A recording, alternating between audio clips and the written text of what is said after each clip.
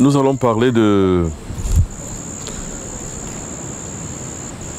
ce qu'on pourrait appeler le développement spirituel.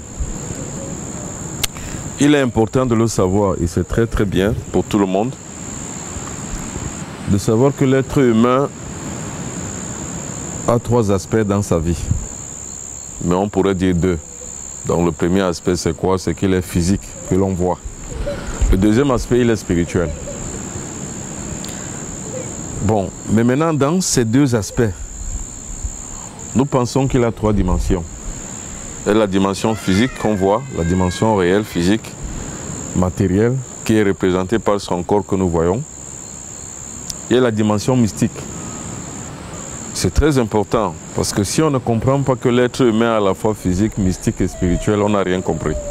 Il y a la dimension mystique, c'est très important, et enfin il y a la dimension spirituelle. Bon, mais maintenant, pour une convenance, on pourrait dire académique, c'est-à-dire que pour qu'on puisse arriver à bien nous comprendre, généralement on dit que l'être humain est à la fois physique, matériel, et puis spirituel, invisible. Ce sont ces 2 aspects qui forment l'être humain.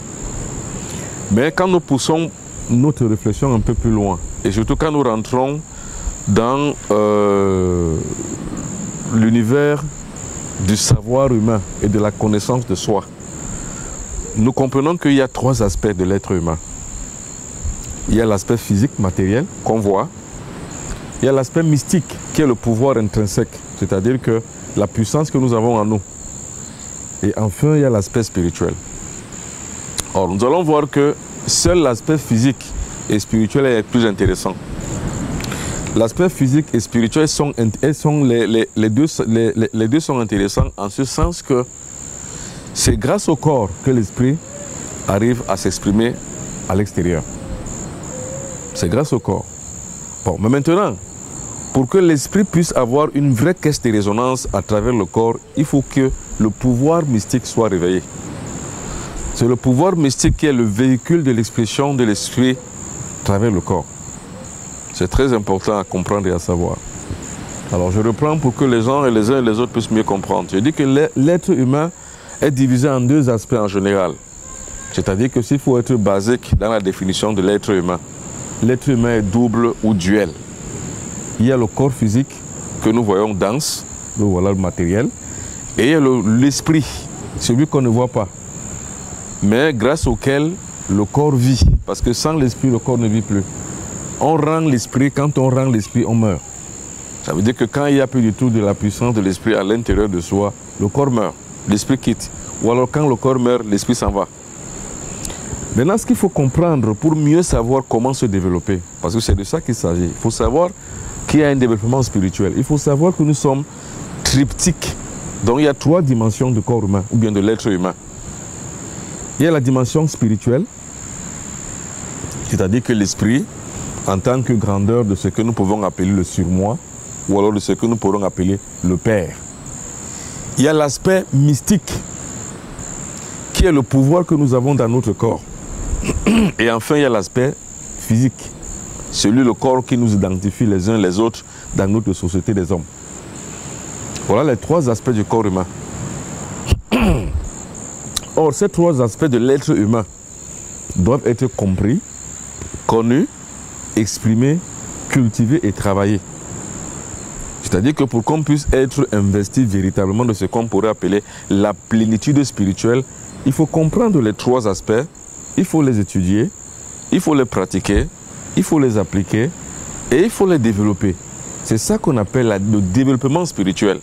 Quand un individu développe les 3 aspects, on peut donc dire qu'il est véritablement un maître. Parce que le maître, c'est qui? C'est celui qui développe d'abord son propre corps, son propre mysticisme et son propre esprit. C'est ce qu'on appelle en gros le développement spirituel. Alors, je dis bien ceci. Il y a l'aspect mystique, l'aspect physique d'abord,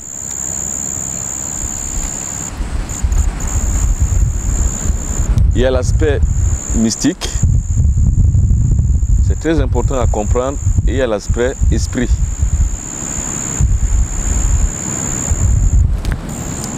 Si on doit comprendre les 3, ça veut dire qu'on doit se comprendre, et ça veut dire qu'on doit se connaître. Et n'oubliez pas qu'il est toujours dit, connais-toi toi-même et tu connaîtras les dieux et l'univers.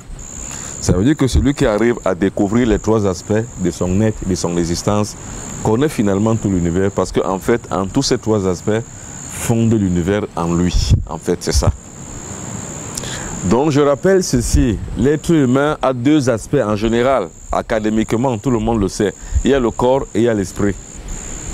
D'ailleurs, même, il y a beaucoup de choses qui sont dites à travers ces deux choses. On dit la plupart du temps, un esprit sain dans un corps sain. Ça veut dire qu'on ne parle que des deux. Mais on a tendance la plupart du temps à oublier le troisième aspect qui est l'aspect mystique, qui est très important. Ce sont ces trois aspects, physique, mystique et esprit, qui forment l'existence d'un individu. Et je dis bien, on n'a pas ces trois aspects uniquement pour nos beaux yeux ou bien pour le bonheur de ceux qui nous aiment ou qui ne nous aiment pas.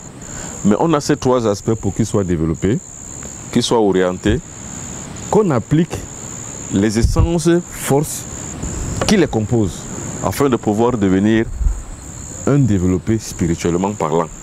C'est ce qu'on appelle le développement spirituel. Alors, ce qu'il faut comprendre par développement spirituel, c'est qu'il faut savoir que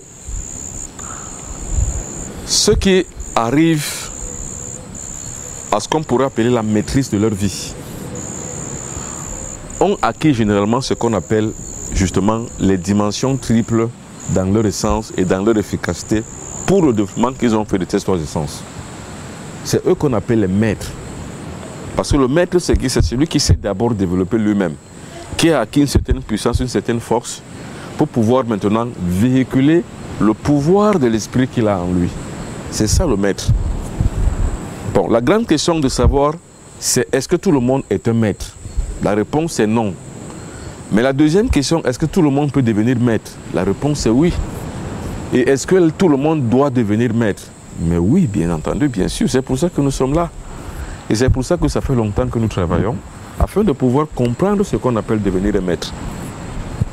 Alors, pour devenir un maître réellement, il faut comprendre, connaître et développer les trois aspects. C'est ce qu'on appelle le développement de soi. Or, pour se développer physiquement, mystiquement et spirituellement, il faut appliquer un certain nombre de règles, de principes, de travaux mystiques, de travaux spirituels et de travaux physiques. C'est très important. Nous sommes en introduction à ce que nous pourrons appeler le MBB3. Le MBB3, c'est une méthode que j'ai pu simplifier pour que tout le monde puisse comprendre ce qu'on appelle la spiritualité. Alors, c'était d'abord d'entrer le jeu pour que vous compreniez pourquoi je parle de développement spirituel et pourquoi je parle du MBB3. Maintenant, parlons du MBB3. Je pars d'un constat que nous parlons à chaque fois de la spiritualité africaine. Vous allez dans les médias, aujourd'hui ça fait recette et c'est tout le monde qui en parle. Nous parlons de la spiritualité africaine, mais sans jamais savoir la définir en fait. Demandez à quelqu'un c'est quoi la spiritualité africaine. Les gens vont balbutier et dire aux gens, quittez les églises catholiques, églises chrétiennes, églises protestantes, quittez la mosquée, quittez les synagogues, venez à la tradition africaine ou alors à la réalité de la spiritualité africaine. On le dit, on le comprend, on le sait, mais on n'a pas une véritable définition pour savoir ce vers quoi nous allons nous porter. Voilà la grande difficulté que nous avons aujourd'hui. C'est bien beau. L'alternative, c'est quoi? Ça veut dire quoi? Aller faire quelle spiritualité? Alors, je tente donc ici d'apporter un éclairage, parce que c'est très important. Et s'il m'est un bon souvenir, c'est que je suis une des voix les plus autorisées aujourd'hui qui peut parler de spiritualité africaine, parce que j'en sais quelque chose. Et c'est pour ça la raison de ce séminaire. Parce qu'il ne faut pas qu'on perde les gens. Alors, perdre les gens, ça veut dire quoi? Ça veut dire aux gens, ce que vous connaissez aujourd'hui, ou bien ce que vous avez appris aujourd'hui est faux. J'en suis conscient, et puis c'est vrai. Parce que les églises que nous voyons aujourd'hui, la religion importée aujourd'hui, n'est pas vraie. C'est une errance intellectuelle, c'est-à-dire que c'est une fausseté en fait. Mais, à défaut de ça, il faut faire attention à dire aux gens, nous vous proposons une spiritualité. Mais la grande question, c'est laquelle? Quand on parle de spiritualité africaine, faisons attention. En fait, commençons d'abord par parler pour ce qui s'appelle aujourd'hui la spiritualité africaine. C'est quoi la spiritualité africaine? Quand vous écoutez les gens qui vous parlent de spiritualité africaine, ils vous parlent d'un aspect, l'aspect rituel. Ça veut dire quoi? Ça veut dire que au lieu d'aller prier votre Jésus à l'église ou dire je vous salue Marie à l'église, allez verser les grains de sel ou les grains d'haricots ou les grains de maïs ou les grains de riz sur la tombe de vos ancêtres et demandez-leur ceci ou cela, ils vous l'accorderont. Mais ce n'est pas ça la spiritualité. Alors l'occasion qui m'est donc donnée ici aujourd'hui, parce que je sais que cela sera très suivi, l'occasion qui m'est donnée aujourd'hui, c'est de définir ce que c'est que la spiritualité. La spiritualité, ce n'est pas les rituels, ce n'est pas la religion. Ça veut dire que vous partez d'une religion chrétienne, musulmane, juive, hindouiste, bouddhiste, pour rentrer dans une autre religion. Ça ne veut pas dire que vous avez développé votre esprit. Ça veut simplement dire que vous êtes parti de ce qu'on vous a importé, à repartir ce que les autres chez vous faisaient, mais sans toutefois être la spiritualité. Attention, c'est très important ce que je dis là. Ça veut dire quoi? Ça veut dire que la spiritualité africaine ne se limite pas aux rites et rituels. Pas du tout. Alors, autant il m'est encore possible de le dire, c'est quoi? C'est que l'Afrique n'a pas de spiritualité. Et je pèse bien mes mots. L'Afrique n'a pas de spiritualité. L'Afrique a une tradition, mais pas une spiritualité. Et il faut que je définisse ce que c'est que la tradition et la spiritualité. Regardons comment le monde est complet, comment le monde fonctionne et comment le monde est composé, ou bien comment le monde est créé, s'il faut parler comme les religieux. Regardons un peu le monde, comment il fonctionne et comment il est. Le monde est fait de diversité. Ça veut dire quoi? Ça veut dire que il y a parmi le monde les uns et les autres diversifiés, les uns et les autres diversifiant leur propre connaissance ou leur propre cosmogonie de l'univers, arrivent à interpréter le cosmos selon leur mode de compréhension et selon leur éveil de la conscience. C'est très important. Ça veut dire quoi? Ça veut dire que chaque peuple a sa manière d'exprimer sa spiritualité ou bien d'exprimer ou alors d'exprimer sa connaissance de l'univers et du cosmos. C'est ce qu'on appelle la cosmogonie. C'est-à-dire que l'expression qu'on a, l'interprétation qu'on a de l'univers et du cosmos. C'est-à-dire que des forces qui composent l'univers tout entier. C'est ce qu'on appelle la tradition. C'est une interprétation extérieure du monde. La tradition, c'est la forme. Alors, la religion donc appartient à la tradition. Ce qu'on appelle le christianisme, c'est la tradition occidentale. Ce qu'on appelle l'islam, c'est la tradition musulmane. Ce qu'on appelle le judaïsme, c'est la tradition juive. Ce qu'on appelle l'hindouisme, c'est la tradition des Indiens. Ou alors je ne sais pas comment, des hindouistes. Ce qu'on appelle le confucianisme, c'est la tradition des Asiatiques, tout comme le bouddhisme. Ce qu'on appelle par exemple en Afrique, pour ne parler que de ce que je connais le mieux, le mbok, c'est la tradition des Bassa. Le vaudou, c'est la tradition, je ne sais pas de quel peuple, mais des peuples africains en fait. Ce ne sont pas les enseignes spirituelles. Ce sont les enseignes religieuses. Chaque peuple a l'interprétation du cosmos à sa manière. Alors, qu'est-ce qu'on appelle spiritualité? La spiritualité maintenant, c'est le fond. C'est le fond. Et cette spiritualité qui est le fond est la même partout. Qu'on soit juif, qu'on soit chrétien, qu'on soit mbombok, qu'on soit, je ne sais pas moi, vaudouisant ou vaudou, ou vaudoune, je ne sais pas comment on appelle encore, qu'on soit hindouiste, la tradition est une chose formelle, mais la spiritualité est fondamentale et le fondement de l'élévation spirituelle. Maintenant, définissons ce que c'est que la spiritualité pour que nous puissions mieux nous comprendre. Comme on a fait une définition formelle et fondamentale, c'est-à-dire qu'on a mis d'un côté la forme et de l'autre le fond. Nous avons compris maintenant que toutes les religions, c'est la forme. Ça n'a rien à voir avec la spiritualité. Ça n'a rien à voir avec le développement de l'individu. Ça a tout à voir avec l'interprétation du cosmos et l'utilisation des forces de ce cosmos dans le domaine et dans le milieu où on se trouve. C'est ça qu'on appelle la religion. Et la religion donc est composée des rites et des rituels. Que ces religions soient juives, qu'elles soient chrétiennes, qu'elles soient, je ne sais pas, hindouistes, bouddhistes, africaines, vaudouistes, elles sont fondées sur les rites et les rituels. C'est-à-dire quoi? Elles ne concernent que l'aspect extérieur et matériel de la chose. Et ce n'est pas là la spiritualité. Maintenant, composons donc ce que c'est que la spiritualité. Expliquons au monde ce que c'est que la spiritualité. À partir du moment où on est conscient que mourir est une chose et vivre en est une autre, et que si on meurt un jour, et que l'on pense qu'on doit renaître un jour, un autre, ou alors, si on croit que mourant un jour, on peut revivre ailleurs, et qu'on crée cette différence entre mourir et vivre, ou alors mourir et naître, on va faire la corrélation qui existe entre la mort et la vie. Quand on fait la corrélation entre la mort et la vie, on dessine un autre format qui est intéressant qu'on appelle l'immortalité. Parce que la mort et la vie sont comme une pièce de monnaie dont chacune représente l'autre revers. Si vous êtes né un jour, vous allez en mourir un autre. Si vous mourrez un jour, vous allez vivre un autre jour ailleurs. Si vous vivez ici, c'est que vous êtes mort ailleurs. Et si vous mourrez ici, vous allez vivre ailleurs. La conscience qu'on a du fait qu'entre les deux, c'est une et une même pièce, c'est ça qu'on appelle l'immortalité. Et quand on pénètre la sphère de l'immortalité, on est dans la sphère de la spiritualité. C'est ce qu'on appelle spiritualité. Est-ce qu'il y a des questions?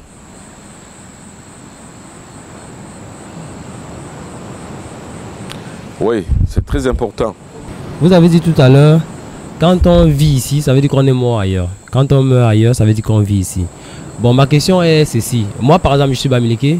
Dans la culture, on a les crânes ancestrales. Bon, si je suppose que quand on meurt ici, ça veut dire que forcément on vit déjà ailleurs.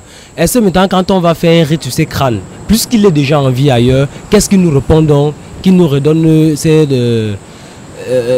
faveurs que l'on lui demande? D'accord, ça c'est très important comme question. Ça rentre dans la troisième dimension de ce que nous allons appeler l'initiation. Parce qu'il y a 3 étapes dans la spiritualité.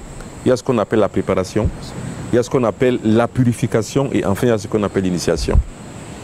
Alors dans la phase initiatique, nous avons 4 éléments qui composent la puissance de l'individu qui doit exercer sur son propre destin. Ces 4 éléments sont le feu, l'air, la terre et l'eau. Ces 4 éléments doivent être utilisés pour pouvoir maîtriser son destin. Quand je parle de maîtriser son destin, j'entends par là avoir des faveurs, avoir la prospérité, avoir le succès, avoir la réussite.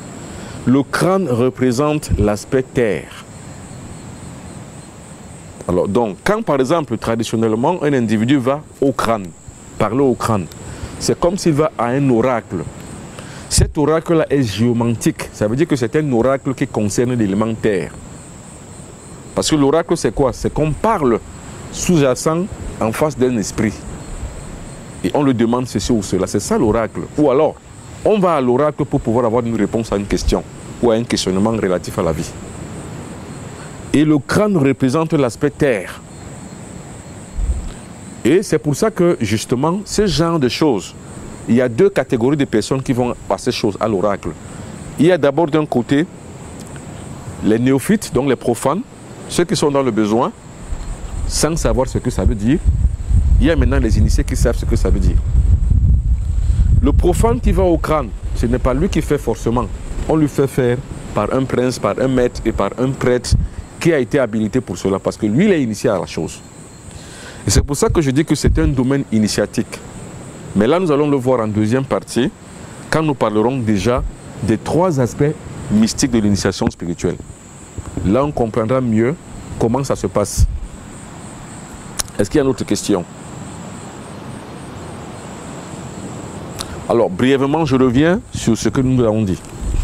Alors, nous avons dit que nous avons ce qu'on appelle la religion. La religion, c'est une insulte à la conscience humaine. C'est une insulte à l'intelligence humaine. Parce que la religion a ceci de particulier qu'elle a pour but simplement d'embrigader les gens au fin de pouvoir les exploiter, si je puis le dire. Exploiter les gens, ça ne veut simplement pas dire qu'ils donnent de l'argent, même si ça se donne également aussi dans les religions. Mais exploiter les gens aussi, c'est de pouvoir les soumettre afin de profiter de leur acquis et de leur substrat mystique et spirituel qu'ils ont en eux. Parce que quand vous allez dans des congrégations religieuses, vous restez, vous priez. Vous ne profitez pas de la prière que vous priez, mais c'est celui qui dirige la prière qui en profite. que ce soit dans n'importe quelle église ou dans n'importe quel autre ashram ou dans n'importe quel autre entre spirituel religieux, c'est ce qui se passe. C'est pour ça qu'il y a d'un côté les fidèles et de l'autre l'élite, c'est-à-dire que ceux qui sont dans le clergé. Ceux qui sont dans le clergé profitent non seulement de votre argent, parce que le principe de la pyramide aussi s'implique à eux. Les fidèles sont en bas de la pyramide. C'est eux qui travaillent, des ouvriers, des commerçants, les administrateurs, les administratifs, on peut les appeler comment, les fonctionnaires. C'est eux qui travaillent pour pouvoir apporter au sommet de la pyramide. Et le sommet de la pyramide est composé par qui? Forcément par les élites, donc par le clergé, c'est-à-dire ceux qui sont au-dessus. On peut les appeler les prêtres, les évêques, les archevêques, le Vatican ou n'importe qui. C'est eux qui sont au sommet et c'est eux qui profitent de ceux qui sont en bas. Que ce soit sur le plan financier et économique, vous travaillez, vous allez cotiser. Ils appellent ça, vous donnez faire des dons, ou vous appelez ça la charité. Ils peuvent encore appeler ça les deniers de culte, ou encore ils peuvent encore appeler ça, je ne sais pas quoi, la quête, ou alors la cotisation. Mais somme toute, vous apportez là une cotisation qui va justement au maintien de la vie de la structure. En fait, c'est qu'on se sert de vous, que ce soit économiquement, que ce soit spirituellement. Donc, votre substrat énergétique est pris en otage lorsque vous appartenez à des religions. C'est pour ça que je dis que ce soit dans les religions occidentales importées et orientales, que ce soit dans les religions même traditionnelles africaines, le principe d'exploitation est le même. Je suis un Mbombok, je fais partie de la tradition Bassa, je sais de quoi je parle. Je sais que d'un côté, il y a une élite qui se fait appeler initié dans le Mbok, et de l'autre côté, il y a les administrés, ceux qui doivent profiter du Mbok, mais ils doivent forcément entretenir la hiérarchie et, si vous voulez encore, on peut les appeler l'élite.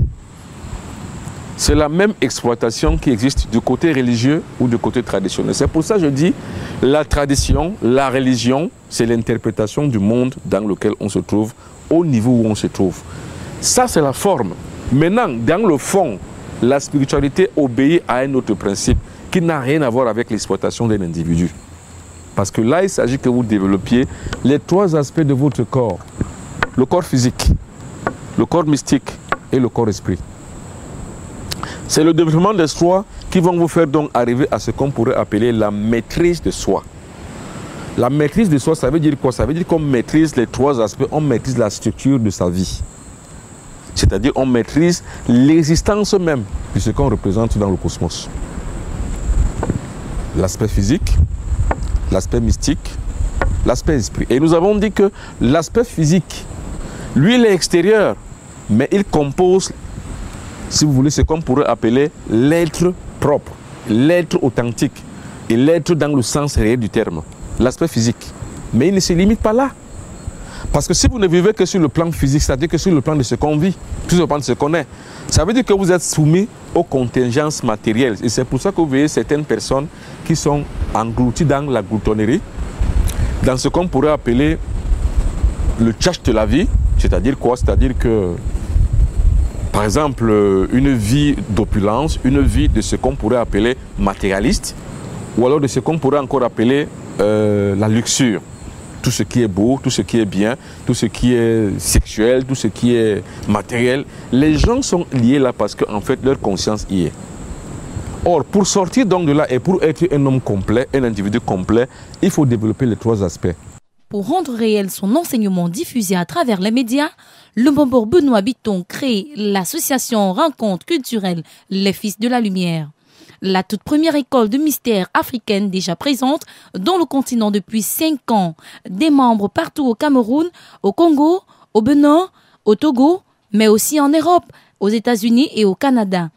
L'association Rencontre culturelle Les Fils de la Lumière, l'école mystique et spirituelle du Mbombor Benoît Bitton, c'est la garantie d'une formation spirituelle de la tradition africaine, adaptée à la modernité et accessible à tous. L'association Rencontre culturelle Les Fils de la Lumière, c'est pour promouvoir la culture africaine avec un matériel technique à la pointe de la technologie, un centre spirituel, une régie des cours et une organisation savamment construite. L'association Rencontre culturelle Les Fils de la Lumière, c'est l'alternative spirituelle que propose le Mbombor Benoît Bitton. Demandez la documentation d'inscription au secrétariat de l'association Rencontre culturelle au 00237 677 71 61 36 697 06 20 91. Notre adresse mail benoît.biton@gmail.com. Consultez notre site web au www.benoîtbiton.com. Alors, j'ai assisté à des colloques, à des conférences et à certains ateliers initiatiques où, quand on parle de spiritualité africaine, on ne transpose que le problème sans le changer ni sans l'orienter. C'est-à-dire quoi? C'est-à-dire qu'au lieu justement de voir l'aspect développement spirituel, nous retombons encore justement dans ces colloques, dans ces ateliers initiatiques et dans ces conférences sur la même pratique religieuse en fait. C'est-à-dire qu'on part de pratiques religieuses occidentales et importées aux pratiques religieuses locales. Ces pratiques religieuses locales ne sont pas le développement spirituel. J'ai lu l'ouvrage par exemple de Doumbia Fakoli, que je respecte beaucoup, bonsoir au passage, dont je ne conteste pas la péremption, ni le fond, ni le fondement. J'ai lu également aussi Omotunde, et que j'ai beaucoup écouté aussi, et pour qui également j'ai beaucoup d'admiration et beaucoup de respect. Sauf que, il peut paraître que le problème est transposé, c'est-à-dire quoi? C'est-à-dire que les gens s'intéressent à la spiritualité africaine, mais sauf que ce ne soit pas la spiritualité, mais ce soit simplement une autre pratique religieuse. Ça veut dire quoi? On change Pierre par Paul. Ça ne résout pas la question spirituelle africaine. Ça veut dire autant dire quoi? Autant dire que ceux qui font dans la pratique chrétienne et qui réussissent, ils doivent continuer. Parce qu'en fait, si vous pouvez faire également dans la pratique de la même chose que vous voulez sur le plan traditionnel africain et que vous ne réussissez pas, vous allez choisir le côté du rituel chrétien que vous avez fait réussir. Donc ça ne résout aucun problème. Et il y a d'autres personnes qui ne vont pas mieux se sentir dans la tradition africaine parce que souvent on va dire que ces choses-là, comme les sacrifices, comme les choses qu'on va jeter par terre, ça ne nous sied pas dans notre propre esprit. Et là justement, ils ont raison parce qu'en fait, ils ont expérimenté autre chose qui a marché. C'est pour ça que je dis qu'il faut faire attention, il ne faut pas perdre les gens. On ne doit pas circonscrire la spiritualité africaine au rituel et au rite. C'est ça qui est mauvais. Et circonscrire la spiritualité africaine simplement à l'appel aux ancêtres, quand on a un problème, ce n'est pas sérieux, ce n'est pas la spiritualité. La spiritualité, c'est quand on sied par rapport à soi-même à un développement spirituel qui permet que le corps soit unifié à l'instance suprême qu'on appelle l'esprit, afin de pouvoir atteindre et accéder à ce qu'on appelle l'immortalité. C'est ce qu'on appelle l'initiation spirituelle et c'est ça la spiritualité. Alors tout à l'heure, je l'ai dit que l'Afrique n'a pas de spiritualité parce qu'elle a perdu. C'est parce qu'il y a justement les conséquences que nous voyons tous les jours. Parce qu'un peuple investi de spiritualité s'aime. Les Africains ne s'aiment pas. C'est très important. N'en déplaise à ceux qui sont, si vous voulez, des panafricanistes, disons ronronnants, sans toutefois apporter la preuve de leur amour qu'ils ont pour eux-mêmes. Je prends un petit exemple. Ce qui se passe en Libye aujourd'hui, où Claudie Siard avec Simi Keba ont fait des appels aux gens, les gens sont arrivés, les footballeurs, certaines personnalités africaines qui sont très connues, les gens sont arrivés, ils ont manifesté non à l'esclavage en Libye. Et après, qu'est-ce qui s'est passé aujourd'hui? Rien. Ça continue, ça se passe comme ça se passait il y a 15 ans, 20 ans, 30 ans, 40 ans, 50 ans. Et ce qu'il faut savoir, c'est qu'en Libye, quelle soit la Libye de Muammar Kadhafi, que les Africains, d'ailleurs les Africains sont les seuls à penser que c'était leur roi, que ce soit la Libye d'aujourd'hui où Kadhafi n'est plus là, c'est la même chose, le noir est un esclave. Et à titre d'exemple de ce que je dis pour l'appuyer, moi personnellement, j'étais en Libye en 1995, quand je faisais mon périple initiatique pour aller en Égypte. J'ai fait la Libye où j'ai été esclave. Ça veut dire que ça a toujours été comme ça. Alors, que doivent faire les Africains? C'est continuer à vendre d'autres Africains. Parce qu'en fait, ce qu'il faut savoir, c'est que les Africains qui sont esclaves en Libye, c'est les d'autres Africains qui les y vendent. C'est ça, c'est ce qui est clair. Qu'est-ce qui sont les passeurs? C'est les Africains. Et qu'est-ce qui sont démarcheurs à l'intérieur de la Libye, c'est les Africains. J'ai fait ce parcours. Pour ceux qui peuvent comprendre ce parcours-là, j'ai commencé par le nord du Cameroun. Après Garoua, je suis allé à Dimetia. Après Dimetia, je suis entré par le sud du Niger. J'ai remonté, pardon, pas le nord du Nigeria. J'ai remonté par le sud du Niger pour arriver au nord du Niger à un endroit qu'on appelle Asamaka, en passant par Agadez et Tawa. Maradi, Tawa, Agadez, Asamaka. Donc ceux qui ont fait le parcours connaissent. Ils savent qu'à partir de là, vous pouvez partir soit à Ingizam en Algérie, soit vous partez à Djanet. Moi j'ai pris la direction de Djanet qui est dans le sud de l'Algérie. Et dans le sud de l'Algérie, vous pouvez entrer directement en Libye par Barigat. C'est-à-dire que ceux qui savent cette voie-là peuvent connaître. Barigat, Gat, Obari. J'ai fait ce parcours, j'ai été moi-même victime d'esclavage. Que ceux qui savent, ou bien eux qui ont fait le même parcours, vous demandent que ce n'est pas vrai ce que je dis. Alors, ce parcours donc là est le parcours d'un guerrier que je suis, et j'ai été victime d'esclavage en Libye. Alors ce problème, ce n'est pas d'aujourd'hui qu'il date, il date depuis longtemps. Et pour tout vous dire, beaucoup d'Africains ne savent pas qu'il y a la Libye noire. Que les Africains libyens vivent en Libye et qu'il y a des Libyens noirs. Parce que ceux-ci sont une minorité invisible qu'on a exclue de la vie sociale et de l'occupation des postes de la société. Ils sont reclus simplement à être des reclus ou alors des ouvriers. C'est ça la Libye esclavagiste et esclave. Qui est donc l'esclave et qui est l'esclavagiste? Il n'y a pas justement d'esclavagiste sans esclaves. Et il n'y a pas inversement d'esclaves sans esclavagistes. C'est les Africains eux-mêmes qui vendent les Africains. Alors à partir de là, voilà un indice qui montre que nous sommes sans esprit spirituel. Les Africains combattent pour les autres, mais ne combattent jamais pour eux-mêmes. Si vous êtes malade en Afrique, vous allez à l'hôpital, vous n'avez pas d'argent, l'Africain qui est votre propre frère va vous laisser mourir. Voilà les stigmates de la non-spiritualité d'un peuple. Donc j'ai des indices qui prouvent que ce que je dis est étayé sur une vérité substantielle. Les Africains ne s'aiment pas entre eux. Qui a tué Sankara? C'est son propre frère Blaise Compaoré. C'est son propre frère. Voilà un indice patent encore de non-spiritualité. Qui vend la mèche de ce que les Africains font pour exister? C'est les Africains eux-mêmes. Qui font les coups d'État? C'est les Africains eux-mêmes. Je fustige alors tous ceux qui tiennent le discours de la faute c'est les autres. Non. On me demande, moi Blaise Compaoré, de tuer Thomas Sankara. Je peux dire non. Et je peux vouloir ne pas vouloir sa mort. Je peux au moins dire, je veux qu'il survive. Mais si moi Blaise Compaoré, j'accepte de tuer Thomas Sankara, qui est con? C'est moi qui suis con. C'est pas celui qui me pousse à aller tuer mon frère qui est con. C'est moi. Qui est idiot? C'est moi. Qui n'aime pas l'autre? C'est moi. Peut-être quand je dis l'autre, ce n'est pas le blanc. Parce que le blanc, lui, il attise toujours la complexité du noir et puis le fantasme du noir. C'est pour ça que vous verrez certaines femmes qui mettent les cheveux, qui se décapent la peau, même les hommes, afin de ressembler à leur patron et leur maître blanc. C'est ça les stigmates et les preuves et les indices de non-spiritualité.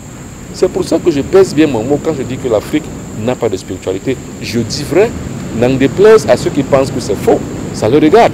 Chacun a son sentiment. Le mien est que s'il faut aujourd'hui comprendre les défaites de l'Afrique, il faut partir d'abord à la source de sa défaite. Le manque de spiritualité. Alors qu'on ne me dise pas que le vaudou c'est la spiritualité et qu'on ne prouve pas que je ne connais pas ce que c'est, puisque j'ai fait le Bénin, j'ai fait le Togo, j'ai fait la Côte d'Ivoire, il me manque simplement à faire l'Haïti, qui est un autre pays du vaudou, mais que je vais faire l'année prochaine.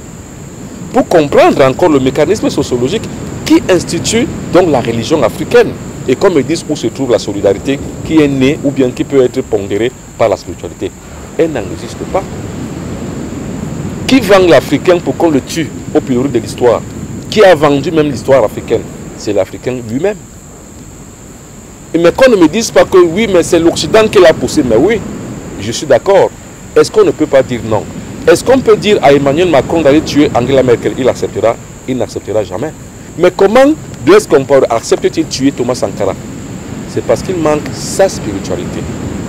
Donc je dis, la question de spiritualité est en prendre à compte par rapport au développement que l'Afrique doit faire aujourd'hui. Si vous pouvez vous développer spirituellement, vous avez le développement de toutes vos structures sociales. Mais sans le développement spirituel, vous ne pourrez pas avoir un acquis spirituel sur le plan physique, sur le plan mystique, sur le plan esprit. Il en est de même pour la société. Alors il est donc temps pour que nous rentrions donc dans ce que nous pourrons appeler le développement spirituel et la renaissance d'une nouvelle spiritualité africaine calquée sur le modèle en remontant le temps et l'espace de nos ancêtres les Égyptiens qui étaient noirs, les grands pharaons.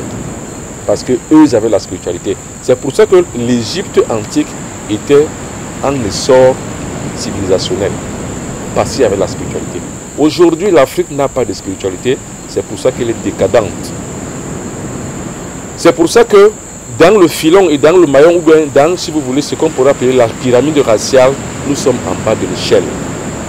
Parce qu'on pourrait dire que la race noire est la race plus faible. Est-ce qu'il y a des questions?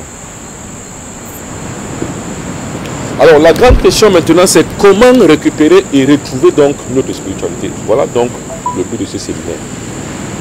Pour retrouver la spiritualité, il y a une clé. La voici. Le développement spirituel. Déjà à l'échelle individuelle, ensuite à l'échelle sociale, ensuite à l'échelle nationale, à l'échelle régionale, à l'échelle panafricaine, à l'échelle africaine. Et c'est comme ça finalement que nous pourrions donc arriver au Conseil de l'humanité, être considérés comme des êtres humains entièrement à part et à part entière. C'est ça. Une fois on arrive donc à l'échelle raciale, nous comprendrons que la spiritualité négro-africaine est renée. C'est-à-dire qu'il y a une renaissance donc africaine. C'est ce qu'on appelle la renaissance. Et la renaissance n'est pas une question de masse. La renaissance est une question individuelle qui doit fondre par la masse. C'est-à-dire qu'on commence d'abord par se développer soi-même afin de pouvoir se développer à l'échelle d'une grande masse. Et pourquoi pas créer donc maintenant en ce moment-là, sur le plan historique, c'est-à-dire que de façon naturelle et ordonnée, ce qu'on pourrait appeler une loge de la culture négro-africaine. C'est ce combat que nous autres nous menons afin de pouvoir arriver à laisser un jalon qui permettra que nous arrivions un jour à la création d'une véritable loge spirituelle africaine. Est-ce qu'il y a une question? Nous avons ce qu'on appelle la préparation.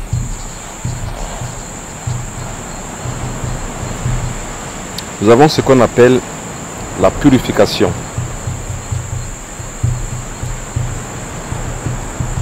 Et nous avons enfin ce qu'on pourrait appeler l'initiation. La préparation, ça concerne le corps physique. La purification, le corps mystique. Et enfin, l'initiation, ça concerne ce qu'on pourrait appeler donc spiritualité.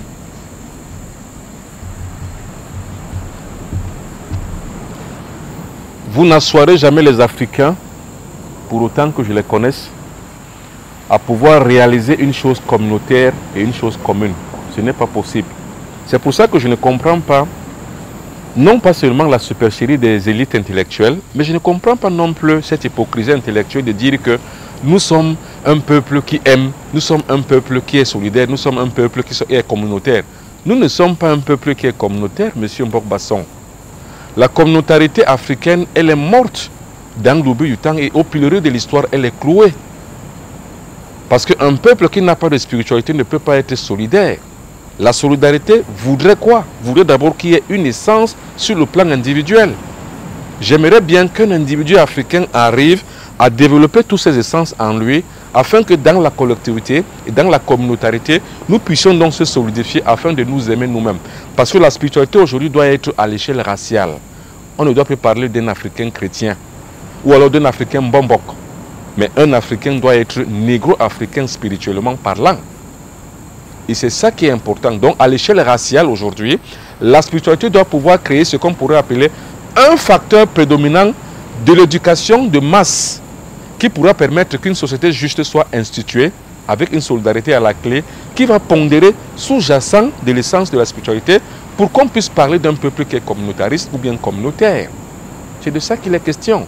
Et également aussi, il va falloir que pour tout cela, pour couronner du tout, il faut que nous puissions donc garder donc à l'échelle raciale une forme de pilier qui permettent que nous puissions nous tous nous y agripper afin que, à l'échelle, sur la plateforme qui est tenue par ce pilier, nous puissions donc être considérés comme les êtres humains qui sont entièrement à part par rapport aux autres, mais qui également peuvent croître ensemble, vivre ensemble et s'aimer ensemble. C'est ça qu'on appelle l'organisation sociale, l'organisation philosophique, même spirituelle, pour que nous puissions peser dans le Conseil des Nations, non pas pour gagner comme les autres, ou alors guerroyer contre les autres, mais pour survivre. Parce qu'aujourd'hui, la race noire est en perdition et est en voie d'extermination. Si rien n'est fait avec nous qui sommes dans cet espace aujourd'hui, nous, cette génération, nous allons voir que dans 50 ans, 100 ans, nous allons assister à l'extermination. Parce qu'en fait, ce qu'on appelle aujourd'hui, ceux qui créent le chaos, et ceux qui sont aujourd'hui des Illuminati qu'on appelle les créateurs du monde, les fonctionnaires du monde, les visionnaires du monde, sont en train de mettre en place un système génocidaire qui va exterminer les Noirs. Non pas seulement à coups de fusil, mais des conditions de vie qui sont mises en place font que dans les 5 grandes disciplines du monde qu'ils maîtrisent, il arrive de facto que les Africains meurent. Regardez ce qui se passe quand on traverse l'Atlantique, quand on traverse aujourd'hui la mer pour pouvoir aller en Europe. Parce que les conditions ici locales sont exsangues. Quand les conditions sont exsangues, l'être humain dans son essence propre a toujours envie d'aller vers l'autre côté où ça se trouve. En partant donc, il y a donc une barrière qui est érigée. Afin de traverser cette barrière, nous mourrons. C'est ça l'extermination de la race noire. Or aujourd'hui, la seule chose qui permettra que l'Africain puisse en sortir, ce n'est que s'il arrive au développement spirituel. Or, ne me dites pas que la spiritualité, c'est la religion africaine. Non, monsieur. Elle est là, la religion africaine, mais elle ne pourra jamais bâtir une bâtisse qui permette que nous puissions nous y retrouver tous afin de combattre ensemble et de vivre ensemble. Ce n'est pas possible. La spiritualité au cœur du conscient humain, c'est la force vitale qui permet que nous puissions arriver au sommet de notre facteur de lutte pour la survie de la race. C'est de ça qu'il est question. Alors, sur le plan physique, sur le plan mystique et sur le plan spirituel, qu'est-ce qu'il faut faire sur le plan physique? Aujourd'hui, nous avons toujours tendance à dire la faute c'est les autres. Mais c'est vrai, la faute c'est les autres. Parce que les autres créent des conditions par rapport à ce qu'ils convergent et par rapport à ce qu'ils maîtrisent de notre vie.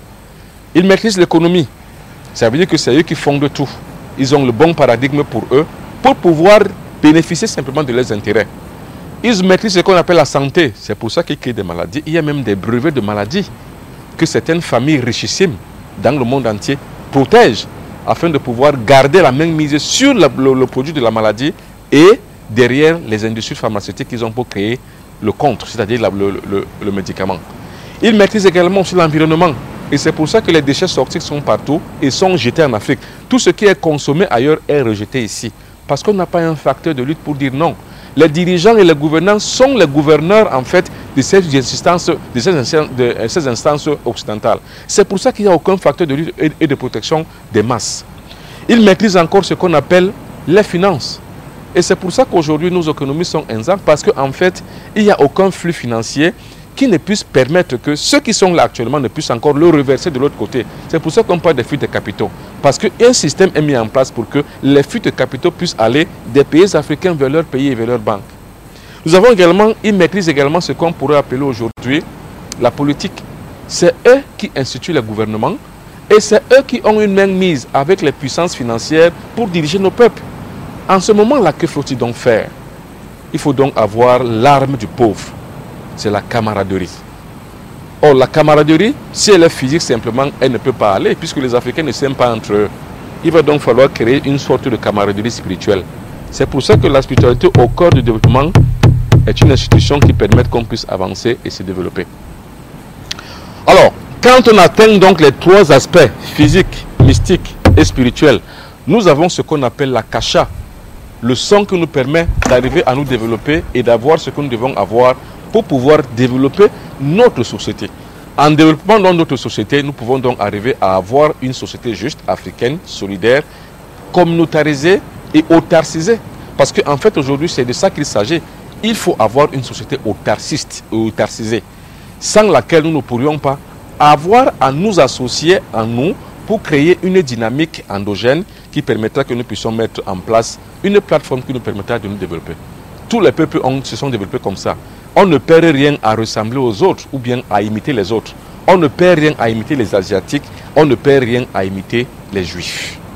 C'est très important. Une fois nous avons donc acquis tout ceci, la Kasha nous permettra donc de nous développer spirituellement et de pouvoir monter le plus haut possible pour avoir la vérité, la connaissance et ce qu'on pourrait appeler les secrets du développement spirituel. C'est de ça qu'il est question. Africaines, Africains, fils de la lumière, l'heure est venue de parler spiritualité. Fini les beaux discours, fini la victimisation, fini les promesses et les hésitations, fini de faire le con, les ignorants, et fini le doigt pointé sur les autres comme responsables de notre malheur. Le Mbombo Benoît Bitton crée de nouveaux corps de sciences spirituelles africaines basés sur la connaissance de nos traditions, de nos coutumes, en reconstituant le tissu ancestral dans les pratiques rituelles originelles. Afrique Spiritualité, votre nouveau moteur de recherche de la spiritualité africaine. Librairie, plantes médicinales, initiation, mysticisme, guérison, santé et bien-être. Voyons comment vivaient nos ancêtres égyptiens. Quelles solutions avaient-ils aux problèmes qu'ils avaient dans leur vie? Afrique Spiritualité, votre nouveau site internet www.afriquespiritualité.com. N'hésitez pas, le meilleur vous attend. Bon, s'il n'y a pas de questions, ça veut dire que nous supposons que tout le monde a compris. Je fais la synthèse de ce que j'ai dit. Nous avons dit que aujourd'hui, plus que jamais, chaque individu, ou alors nous les Africains, nous avons besoin de recréer une fondation spirituelle qui nous permettra de nous retrouver, peut-être pas cette génération, ni celle d'après, mais de préparer les générations futures à vivre une spiritualité vraie et pure. Tous les peuples sont passés par là. C'est-à-dire quoi, créer un format spirituel qui permette qu'on puisse se développer. D'abord à l'échelle individuelle, ensuite à l'échelle communautaire. Ce n'est que comme ça. Mais surtout, qu'on ne perde pas les gens en disant que la spiritualité africaine va nous sauver. Elle ne peut pas nous sauver en l'état actuel des choses. Ce n'est pas possible. Je suis conscient de ce que je dis et je porte la lourde responsabilité de penser que nous n'avons pas de spiritualité. C'est pour ça que nous échouons. C'est pour ça qu'on ne s'aime pas. Il est facile de dire que la faute c'est les autres. Mais il est plus compliqué de comprendre que la faute c'est à nous-mêmes et qu'il ne dépend pas des autres. Il ne dépend pas des autres de nous venir en aide. Il nous dépend à nous de le faire. Car les autres voudront nous voir simplement toujours en peu de souffrir. Voilà à peu près ce que j'ai dit. Et voilà donc les trois clés dans un premier temps pour ce premier jour à comprendre d'abord davantage afin de savoir quoi faire pour pouvoir se développer spirituellement. Et en ces clés donc là, j'ai donné le nom de MBB3, le développement spirituel. En fait, c'est un peu comme une expérience vécue mystiquement, personnellement, que je mets à la disposition des autres, comme un ouvrage académique qui permet qu'à travers là, chacun puisse trouver sa véritable voie. En fait, c'est une proposition de spiritualité que je fais pour que les Africains puissent se développer et arriver justement au niveau du développement spirituel et de pouvoir construire leur société dans le temps et l'espace. Et s'il y a des questions pour ce premier jour,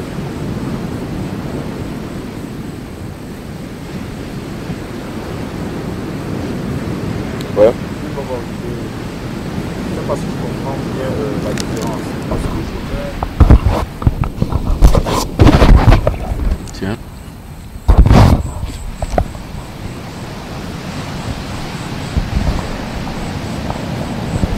non, je disais tantôt, Mbombo, que je voudrais un peu personnellement faire un résumé, bref résumé de ce que vous avez dit, pour me rassurer que je comprends effectivement ce que vous voulez dire.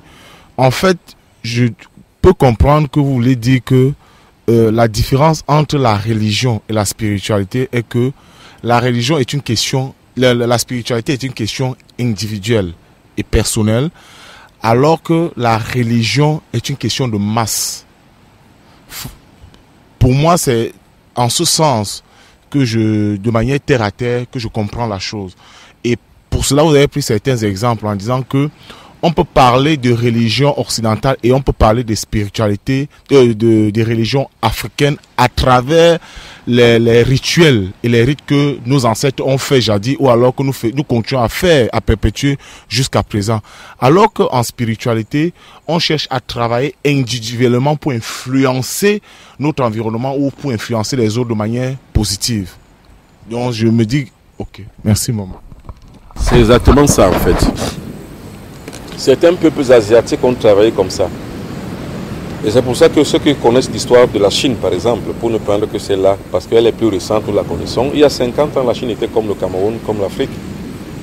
Mais regardez 50 ans après ce que la Chine est devenue.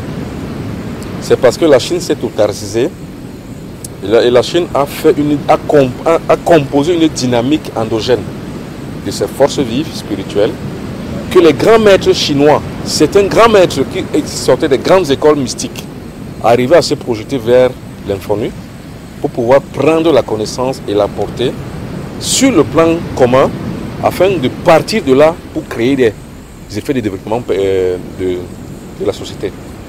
Alors donc nous pouvons le faire aussi. Alors, mais si on avait des dirigeants qui aimaient déjà les leurs et qui finalement pouvaient aimer leur pays ou bien pouvaient finalement aimer leur continent ou leur Afrique si chère, ils ne s'inféoderaient pas dans les élans spiritualistes occidentaux, ils couperaient le pont et de pouvoir autarciser les peuples africains afin que ceux-ci puissent rentrer dans leur savoir endogène pour pouvoir arriver à créer des dynamiques spirituelles qui permettront qu'on puisse arriver au même résultat que la Chine a fait.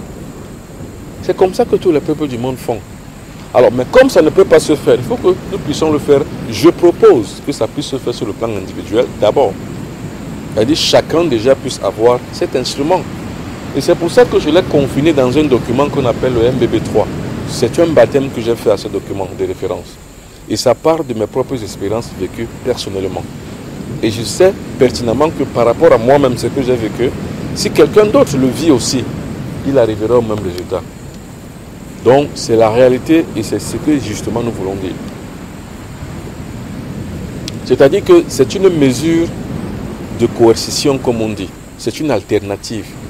Faute d'arriver à autarciser l'Afrique, c'est-à-dire à couper les ponts des autres influences extérieures, on ne peut pas le faire. Il y a des gens qui disent que brûlons les églises. On ne peut pas brûler les églises. Vous brûlez les églises, ils ont les moyens, ils vous tirent dessus. Dans ma région, dans le Babibi natal, à Nyambat, où il y a le Ngorlutuba, il y a implanté dessus la croix du Christ. Les riverains de cette localité ont débouté cette croix de Christ, donc mise en terre. La religion, l'église chrétienne l'a encore remise, mais manu militari, avec les armes à la main. Vous le faites, vous brûlez une église, on vous tire dessus, on vous tue. Vous ne pouvez donc pas, parce que seule la force matérielle combat la force matérielle. Vous ne pouvez pas, ne le faites pas. Créons des alternatives nobles et non violentes. Ces alternatives feront que s'il y a 10 personnes, 20 personnes, 100 personnes, 40 personnes, 50 personnes, 1 million de personnes en Afrique qui le font, 10 millions, 15 millions, 30 millions, nous allons créer une force, une synergie qui permettra qu'on puisse dire non. Je prends un autre exemple plus patent. Au Burkina Faso, le Burkina Faso actuel est un Burkina Faso révolutionnaire, on peut le dire ainsi. Parce que le président actuel est né de la contestation populaire, c'est-à-dire qu'il est là parce que le peuple a chassé le précédent, qui lui a tué son propre frère avec qui il dormait dans la même chambre. Alors, regardez le Burkina Faso révolutionnaire aujourd'hui, qui accueille le président Macron dont toute l'Afrique décrit comme étant le porte-étendard de la colonisation française en Afrique. Vous voyez ce que le président, qui lui est issu d'une contestation populaire, il divise la masse en deux. C'est-à-dire que ceux qui peuvent contester contre la venue de Macron, on les met en dehors de l'amphi. Seuls les bougres, qui ne sont peut-être pas pour la plupart d'entre eux des universitaires et des étudiants, qui sont dans la salle et qui posent des questions bêtes qui font rire Macron. Mais le président qui est responsable de cette situation est issu de la contestation populaire. Et au passage, je rappelle que c'est un ancien ministre de l'ex-président qui a tué Thomas Sankara, donc Blaise Compaoré. On a simplement à remplacer Pierre par Paul. Où va l'Afrique? Écoutez les questions que les étudiants qui sont l'avenir du pays posent à Macron. Mais monsieur Macron, vous parlez d'apprentissage en France. Pourquoi vous ne mettez pas le même programme ici chez nous en Afrique? Qu'est-ce que ça veut dire? Ça veut dire que Macron devra venir faire et travailler pour nous. Et c'est ça le prototype même de l'Africain aujourd'hui, qui pense que les autres qui sont responsables doivent encore être responsables de notre développement. Je dis bien c'est faux. Je ne partage pas ce point de vue de ceux qui pensent que l'Afrique va mieux. L'Afrique va mal. Et l'Afrique est en panne de spiritualité. Je suis très opposé à ceux qui pensent que la spiritualité africaine, elle est forte, ou encore qu'elle est solidariste, ou alors qu'elle engage une forme d'amour du prochain. Elle n'est pas communautariste, elle est divisionniste, cette spiritualité-là. Donc voilà donc une bêtise d'un président que je respecte beaucoup. Enfin ça, en Afrique, il faut respecter les gens, mais qui fait des choix, qui démontre en fait qu'il n'est jamais pour la contestation populaire, qu'il a pourtant érigé au pouvoir. Il est pour le colon, qui viendrait toujours avec le fouet et de rigoler après le nègre qui n'en sait rien du tout. Ces étudiants n'en sont pas.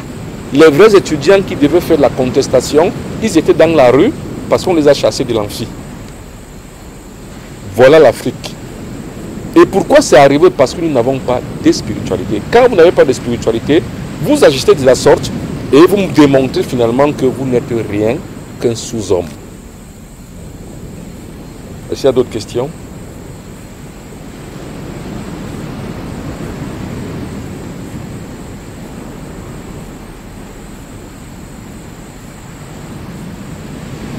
Alors pour ce premier jour, voilà en introduction ce qu'on pouvait dire. Donc s'il y a d'autres questions qui sont relatives à la chose, ou alors d'autres choses que nous pouvons parler par rapport à d'autres sujets, on peut le faire. Mais pour ce premier jour, le développement spirituel, c'était juste à titre introductif. Parce que demain, nous allons rentrer dans le vif du sujet du MBB3, sur le plan pratique, comment ça se fait. C'est-à-dire que sur le plan pratique, comment faire finalement pour pouvoir acquérir ce développement spirituel. Comment travailler physiquement, comment travailler mystiquement et comment travailler spirituellement. Or, je rappelle que sur le plan préparation physique, c'est développer son corps à travers certains exercices bien spécifiques. Sur le plan purification, c'est de travailler et de réveiller les corps mystiques qui sont en soi afin d'avoir le pouvoir mystique et la puissance. Et sur le plan initiation, donc spiritualité, c'est comment est-ce que l'esprit doit rentrer dans l'immortalité et doit avoir le dessus sur l'événement du monde que nous vivons dans notre existence. C'est-à-dire par exemple comment influencer son destin. Voilà les trois questions que nous allons traiter demain pratiquement, mais que nous avons traité ce soir théoriquement.